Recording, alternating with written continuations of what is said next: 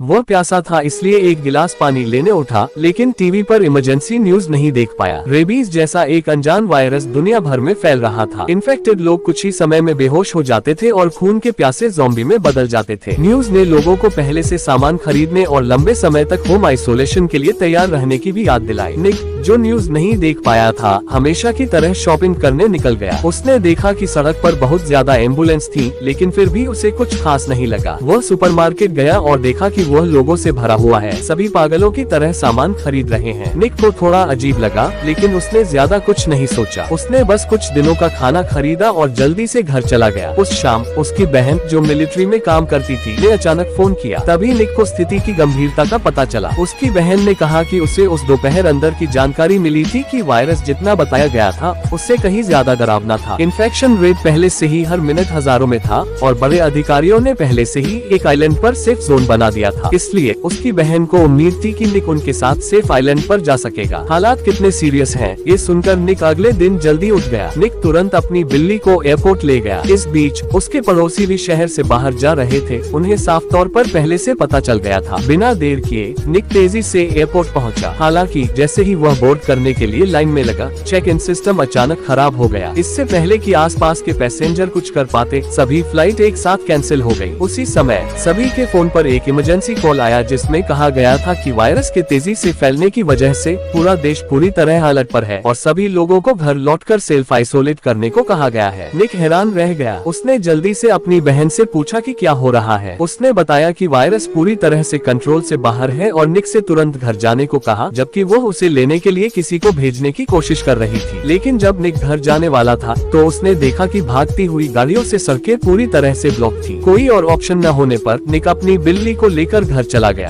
जब शाम हुई तो निक आखिरकार अपने पड़ोस में लौट आया, लेकिन उसे ये देखकर बहुत डर लगा कि उसके पड़ोसी का घर बहुत सारे हथियारबंद लोगों ने सील कर दिया है और उस पर क्वारंटाइन के नोटिस लगे हैं। इससे पहले कि निक कुछ समझ पाता, उसने देखा कि उसके पड़ोसी को हाथ पैर बांधकर घसीटते हुए बाहर निकाला जा रहा है। मुड़ा हुआ शरीर और डरावनी चीखें सुनकर निक की रूह कांप गई। वह जल्दी से घर भागा, लेकिन तभी उसकी बहन ने फिर से एक बुरी खबर दी। उसने कहा कि बड़े अधिकारी सभी बचे हुए लोगों को एक साथ आइसोलेट करने के लिए एक क्वारंटाइन जोन बना रहे हैं, जिसका मतलब था कि पूरा शहर लगभग डूब गया है। उसकी बहन ने निक को तथाकथित क्वारंटाइन जोन में न जाने की चेतावनी दी, क्योंकि वहाँ जितने ज्यादा लोग होंगे, इन्फेक्शन का खतरा उतना ही ज्यादा होगा। घर पर रहना सबसे सुरक्षित ऑप्शन था। निक ने अपनी बहन की बात मानी और लंबे समय तक होम आइसोलेशन की तैयारी के लिए तुरंत सामान खरीदने निकल गया। लेकिन शेल्फ पहले से ही खाली थी। साफ है, ज़ॉम्बी वायरस के फैलने के साथ हर किसी की पहली प्राथमिकता सामान थी। आखिर में उसे बस कुछ डिब्बे फालतू कुत्ते का खाना और थोड़े से बिस्कुट मिले। जैसे ही वह घर जाने वाला था, उसने देखा कि उसके आसपास के लोग अपनी जान बचाने के लिए भाग रहे हैं। अगले ही पल एक इन्फेक्टेड आदमी एक पुलिस ऑफिसर पर झपका और उसकी कैरोटिड आर्टरी में काट लिया। निक ने जल्दी से एक पोछा उठाया, मदद के लिए दौड़ने के लिए तैयार। अचानक अगले ही पल काटे हुए पुलिस ऑफिसर ने समय पर गोली चला दी, जिससे निक की जान बच गई। निक ऑफिसर की चोटों को देखना चाहता था, लेकिन ऑफिसर ने गोली चलाकर उसे रोक दिया, यह महसूस करते हुए कि उसे बचाया नहीं जा सकता। फिर उसने बंदूक से अपनी जान लेने का फैसला किया। ये देखकर निक डर गया। घर वापस आकर उसने सभी दरवाजे और खिड़कियां बंद कर दी और दीवारों को मजबूत करने के लिए जो थोड़ा सामान था उसका इस्तेमाल किया। जब तक उसने ये खत्म किया, रात हो चुकी थी और मिलिट्री बसों ने बचे हुए लोगों को निकालना शुरू कर दिया। निक ने अपनी बहन की सलाह मानकर बाहर नहीं गया। इस तरह वह मौत से बाल बाल बच गया। आधा महीना जल्दी बीत गया और वायरस से तबाह शहर एक सुनसान भूतिया शहर बन गया। निक इस दौरान घर पर ही रहा, लेकिन उसे अपनी बहन से कोई मदद नहीं मिली। सिग्नल भी कट गया था और उसका उससे कांटेक्ट टूट गया। इस बीच घर का खाना खत्म हो रहा था। जिंदा रहने के लिए उसके पास बाहर जाकर सामान ढूंढने के अलावा कोई चारा नहीं था, लेकिन सिर्फ एक मछली पकड़ने वाली बंदूक होने की वजह से वह ज्यादा दूर जाने की हिम्मत नहीं कर सका। वह सिर्फ आसपास के घरों में ही ढूंढ सका, लेकिन कई घरों में ढूंढने के बाद भी उसे कुछ नहीं मिला। लेकिन जब वह अगले घर में ढूंढता रहा तो उसे अचानक वहाँ एक बूढ़ी औरत मिली। पता चला कि बूढ़ी औरत अपनी दिव्यांगता की वजह से बस से चूक गई थी। दुख की बात है कि उसका सारा खाना खत्म हो गया था। खुशकिस्मती से वह, जो हर दिन बालकनी से देखता रहता था, जानता था कि किन घरों में सामान है। बूढ़ी औरत की गाइडेंस में उसे न सिर्फ कुछ मिलना शुरू हुआ, बल्कि अचानक एक घर में एक मोटरसाइकिल भी मिल गई। आने जाने के साधन से निक ने अपनी तलाश का एरिया बढ़ाया और जल्द ही बहुत सारा सामान इकट्ठा कर लिया। उस रात उन्होंने लंबे समय से इंतजार की जा रही दावत का मजा लिया, लेकिन यह अच्छा समय ज्यादा देर तक नहीं चला। उनका खाना खत्म हो गया था। निक सोच ही रहा था कि आगे क्या करना है। उसी रात अचानक उस बूढ़ी औरत ने उसे वॉकी टॉकी पर कॉल किया। उसे रेडियो से पता चला था कि बचे हुए लोगों ने एक सेफ जोन बना लिया है और दूसरे बचे हुए लोगों को वहां जाने के लिए बुला रहे हैं। निक तुरंत एक्साइटेड हो गया, लेकिन जैसे ही उसने कहा कि वह अगले दिन वहां जाएगा,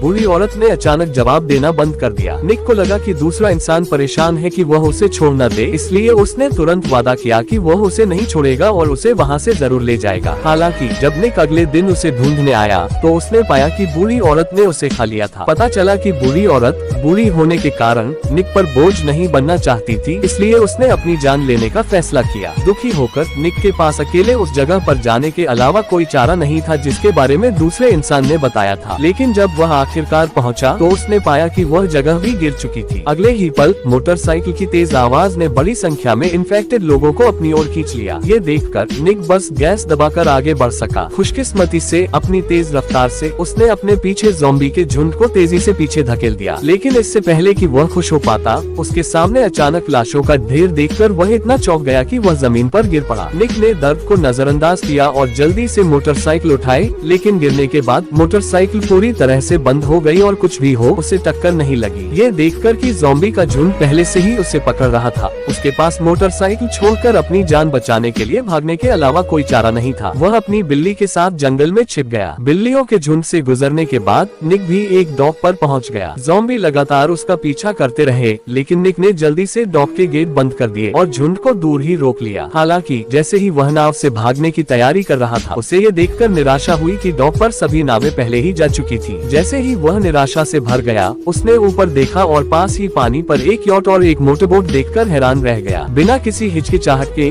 निक समुद्र में कूद गया और जल्दी से यॉट के पास पहुंच गया। लेकिन जब वह कॉकपिट में पहुंचा तो उसने देखा कि यॉट स्टार्ट नहीं हो रहा है। उसी समय उसने पास में एक आवाज सुनी और पास की एक कैबिनेट में कुछ छिपा हुआ लग रहा था। हैरान होकर निक धीरे धीरे पास गया। जब उसने कैबिनेट खोला तो उसे अंदर एक बेबी ज़ॉम्बी मिला, जिससे वह बहुत चौंक गया। खुशकिस्मती से बच्चे से कोई खतरा नहीं था। निक फिर एक और छोटी नाव पर चढ़ गया, जिसका इरादा अपनी बहन के बताए सुरक्षित आइलैंड पर जाने का था। हालांकि वह ज्यादा दूर नहीं गया था कि नाव की भाप खत्म हो गई और वह रुक गया। जैसे ही वह सोच रहा था कि क्या करे, एक कार्गो शिप धीरे धीरे पास आया। यह देखकर निक बहुत खुश हुआ और जल्दी से मदद के लिए हाथ हिलाया। उसे यह नहीं पता था कि इस भयानक दुनिया में न केवल ज़ॉम्बी से बल्कि इंसानी फितरत की बुराई से भी सावधान रहना होगा। ये लोग असल में समुद्री डाकुओं का एक ग्रुप थे जो इस अस्त व्यस्त दुनिया में दूसरे बचे हुए लोगों से उनका सामान लूट लेते थे। जिंदा रहने के लिए निक को झूठ बोलना पड़ा और दावा करना पड़ा कि वह एक इंजीनियर है जिसके पास बहुत अच्छी मैकेनिकल स्किल्स है और वह जहाज को मेंटेन करने में उनकी मदद कर सकता है। ये सुनकर समुद्री डाकुओं के लीडर ने उसे जाने दिया और काम पर रख लिया। लेकिन निक जानता था कि यहाँ रहना आग से खेलने जैसा है, खासकर इसलिए क्योंकि बाहर की दुनिया ज़ॉम्बी से भरी हुई थी। उसकी सबसे पहली प्राथमिकता मिलिट्री में अपनी बहन को ढूंढना था, जिसके साथ उसकी बिल्ली हो। सिर्फ वही असली सेफ्टी थी। इसलिए निक ने भागने का मौका ढूंढा। हालांकि भागना माउंट एवरेस्ट पर चढ़ने से भी ज्यादा मुश्किल था। जहाज के हर कोने पर समुद्री डाकुओं का पहरा था, बल्कि हर रात सोने से पहले वे सभी केबिन के दरवाजे कसकर बंद कर देते थे। खुशकिस्मती से निक को वहाँ एक हमवतन मिला जो समुद्री डाकुओं के साथ नहीं रहना चाहता था। इस तरह दोनों ने एक साथ भागने का प्लान बनाया। निक गार्ड्स का ध्यान खींचने के लिए जिम्मेदार था। इस बीच साथी गांव वाले ने मौका देखकर डाकुओं पर पीछे से हमला कर दिया। गार्ड्स को कामयाबी से खत्म करने के बाद दोनों सावधानी से नाव से भागने की तैयारी करने लगे। हालांकि बाकी डाकू जल्दी ही उन्हें पकड़ लेते थे। निक की नाव को कवर करने के लिए गांव वाले ने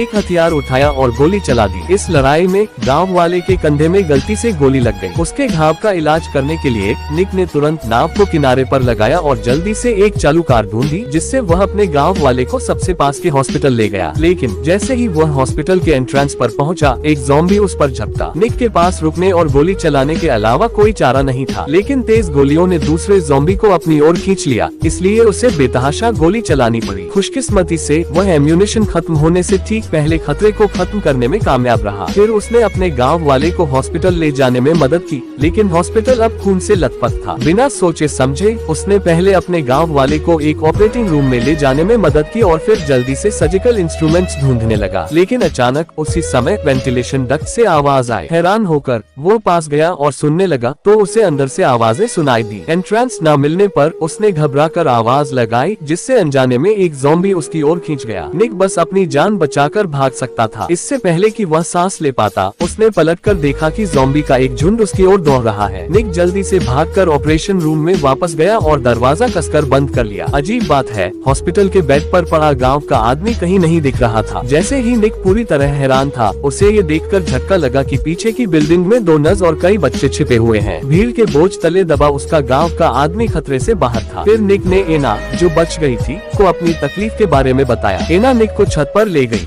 जहां उन्हें हॉस्पिटल के पीछे एक एस्केप हेलीकॉप्टर खड़ा मिला। हालांकि वहां पहुंचने के लिए ज़ॉम्बी की घनी भीड़ से गुजरना पड़ा। जैसे ही निक सोच रहा था कि रिस्क लेना है या नहीं, नीचे से गोलियों की आवाज आई। पता चला कि वे हॉलैंड के डाकू थे जो यहाँ भी सामान लूटने आए थे। यह महसूस करते हुए कि पकड़े जाने का मतलब उनकी पक्की मौत है, निक जल्दी से पीछे हट गया। इसलिए उनके पास मौत से लड़ने के अलावा कोई चारा नहीं था। लेकिन जैसे ही उन्होंने रास्ता खोला, एक ज़ॉम्बी अचानक बाहर निकला और उनके पीछे खड़ी हेड नर्स पर झपट पड़ा। हालांकि सबने समय रहते ज़ॉम्बी से निपट लिया, लेकिन हेड नर्स को काट लिया गया। ये जानते हुए कि वह ज़ॉम्बी में बदलने वाली है, उसने सबको इशारा किया कि वे उसके पास न आए और पक्का करे कि बच्चे सुरक्षित निकल जाएं। फिर वह मुड़ी और अंधेरे में चली गई। ये देखकर सब अपना दुख दबा सके और सावधानी से बाहर निकलने की तरफ बढ़े। जल्द ही वे ज़ॉम्बी से भरे इलाके में पहुंच गए। ग्रुप सावधानी से वहां पहुंचा, लेकिन जैसे ही निक आखिरी छोटी लड़की को आगे ले गया, एक हादसा हो गया। चीख पुकार ने तुरंत सभी ज़ॉम्बी का ध्यान खींचा। बेचैनी में निक को लड़की को उठाकर पास की एक कैबिनेट में छिपना पड़ा, लेकिन कैबिनेट ज्यादा देर तक नहीं टिकी। जैसे ही निक गिरने ही वाला था, बाहर गोलियों की आवाज आने लगी। सब कुछ शांत होने के बाद निक ने सावधानी से दरवाजे की दरार से झांका। पता चला कि लुटेरे सामान लूट रहे थे। उन्होंने अनजाने में उन्हें बचा लिया था। खुशकिस्मती से लुटेरों को कैबिनेट में छिपे दोनों का पता नहीं चला। जब लुटेरे कहीं और लूटपाट करने गए, तो निक जल्दी से लड़की को एना से मिलाने ले गया। लेकिन ज़ॉम्बी की भीड़ से कैसे निकला जाए, यह उनकी सबसे बड़ी सिरदर्दी बन गई। जब सब समझ नहीं पा रहे थे, तभी निक ने बाढ़ की तरफ देखा और अचानक उसे एक अच्छा आइडिया आया। उसने बाढ़ के चारों ओर एक घेरा बनाया,